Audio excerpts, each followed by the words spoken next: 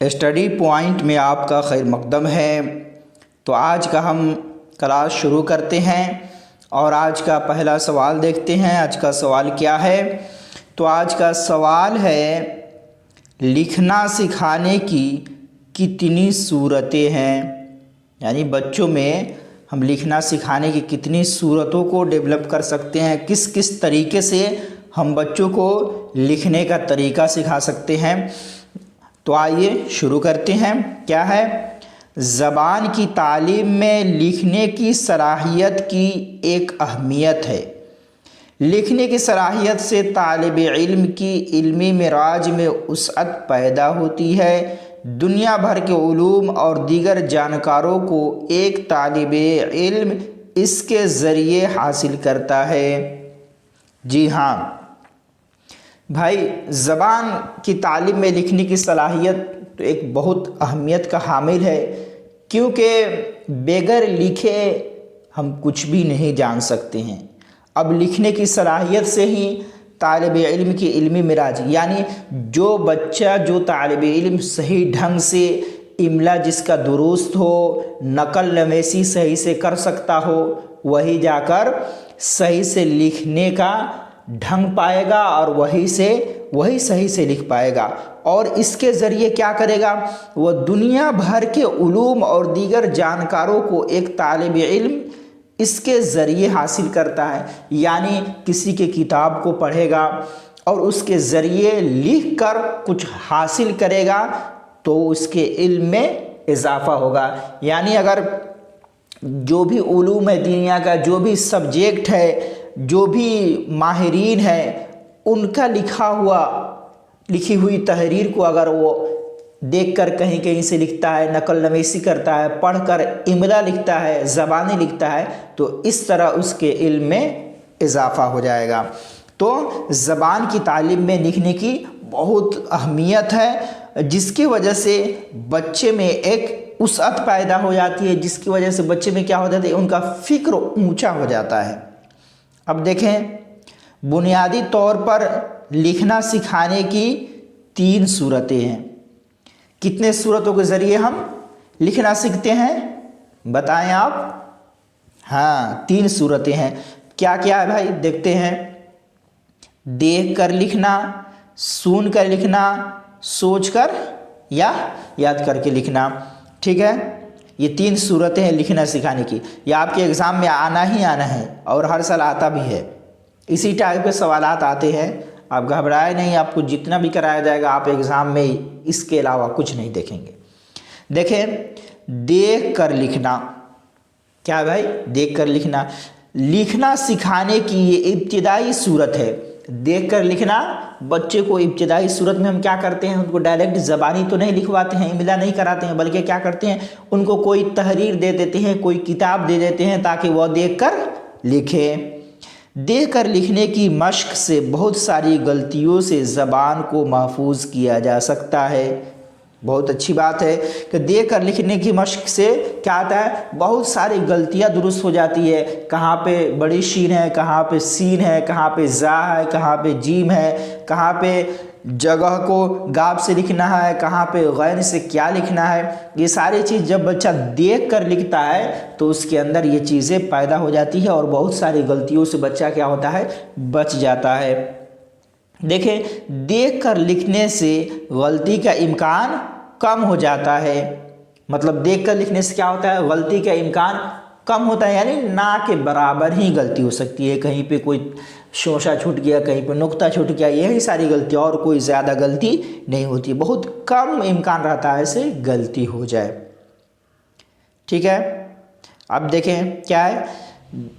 جس سے صحیح لکھنے کی عادت ہو جاتی ہے۔ مطلب دیکھ کر لکھنے سے غلطی کا امکان کم ہو جاتا ہے۔ اب جب دیکھ کر لکھے گا، جس کی وجہ سے انسان کی عادت بھی، لکھنے کی عادت بھی، صحیح سے لکھنے کی عادت بھی ہو جاتی ہے اور اچھے ڈھنگ سے بچہ لکھنے بھی لگتا ہے۔ اب دیکھیں، رسم الخط میں ایک جیسی آواز والے حرف کئی ہیں، جیسے شین، سین، صاد، تے تا زا وا ذا ضاد وغیرہ، یہ سب کیا ہے؟ یہ سب ایک جیسے آواز والے ہیں۔ اب ہم کو کیا لکھنا ہے؟ زاہد لکھنا ہے، تو کس طرح لکھیں گے؟ زاہد۔ تو اس طرح بچے دیکھ کر پہلے زاہد اس طرح لکھ لیں گے تب نہ، نہیں تو کہیں پہ زا سے زاہد لکھ دیں گے اور کہیں پہ زواد سے زاہد لکھ دیں گے، تو اس طرح غلط ہو جائے گا۔ اگر وہی دیکھ کر وہ لکھ رہے ہیں تو کیا ہے؟ یہ ساری غلطیاں ختم ہو جائے گی۔ کہیں پہ ہم کو صرف لکھنا ہے تو بچے اگر دیکھ کر لکھنے کی عادت نہیں ہوگی تو کیا کریں گے؟ سین سے صرف لکھ دیں گے، ٹھیک ہے؟ تو ان ساری غلطیوں سے بچا جا سکتا ہے دیکھ کر لکھنے سے۔ اب دیکھیں آگے دیکھتے ہیں، آگے کیا ہے بھائی؟ دیکھ کر لکھنے سے ان حروف کی پہچان آسانی سے ہو جاتی ہے، اس کا برمحل استعمال کا طریقہ بھی معلوم ہو جاتا ہے۔ بالکل صحیح، مطلب اگر ہم دیکھ کر لکھیں گے تو ہمیں یہ پتہ چل جائے گا کہ ہمیں کہاں زا سے زاہد لکھنا ہے اور کہاں جیم سے جاہل لکھنا ہے، ٹھیک ہے؟ تو یہ ساری چیزیں برمحل موقع پر ہمیں یہ معلوم ہو جاتی ہے۔ جب لکھنے کی عادت ہمیں دیکھ کر پڑ جاتی ہے تو ہم کہیں پہ لکھنے کے لیے بیٹھیں گے تو ہم وہ غلطی نہیں کریں گے۔ اس کے علاوہ مختلف موقعوں پر حروف کے شوشوں کی شکلیں مختلف ہو جاتی ہے، جس سے قدم قدم پر غلطی ہونے کا امکان ہوتا ہے۔ ان کا بھی مشق دیکھ کر لکھنے کی وجہ سے کیا ہو جاتا ہے؟ ان کا بھی مشق دیکھ کر لکھنے کی وجہ سے ہو جاتا ہے۔ مطلب کہیں پہ ایسا ہوتا ہے کہ شین میں شواسا کیا ہوتا ہے؟